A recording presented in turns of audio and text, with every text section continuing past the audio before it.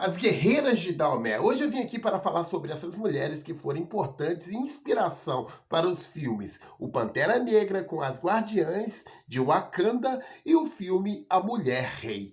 Elas foram importantíssimas para o reino de Daomé, que se localizava onde hoje é o atual Benin. Os primeiros registros dessas guerreiras foram a partir do século XVII, com o rei Oedbaja, que foi o terceiro rei desse reino, que começou a treinar mulheres que eram caçadoras de elefantes, que se chamavam Gbeto.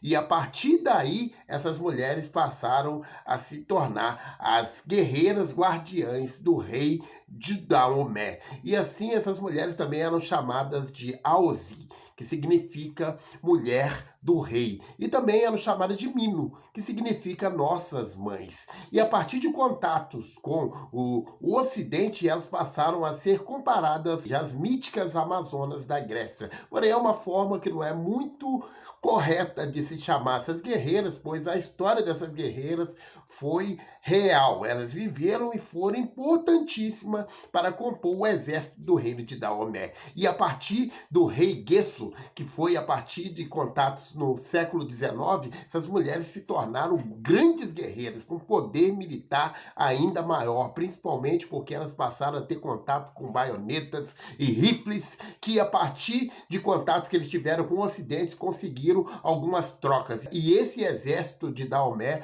passou a ser muito forte, tanto que essas mulheres passaram a compor um terço do exército do reino de Daomé. Sim, essas mulheres eram treinadas e os contatos que elas tiveram com alguns franceses, esses franceses puderam relatar que eram mulheres obstinadas, mulheres realmente audaciosas e que colocavam medo a muitos homens. E essas guerreiras foram importantíssimas para que viesse a lutar contra a colonização dos franceses dentro desse reino. Foram importantíssimas e a gente pode ver que essas mulheres causaram grande espanto ao longo do tempo, porque elas foram mulheres que lutaram ativamente dentro de um exército dentro da África. E assim a gente pode ver qual que era a visão da sociedade do matriarcado, né?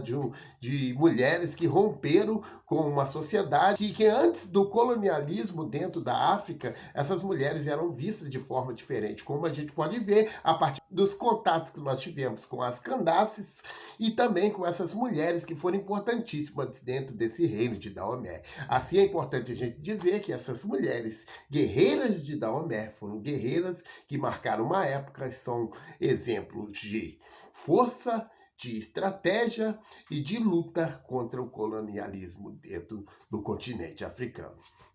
Até mais, pessoal!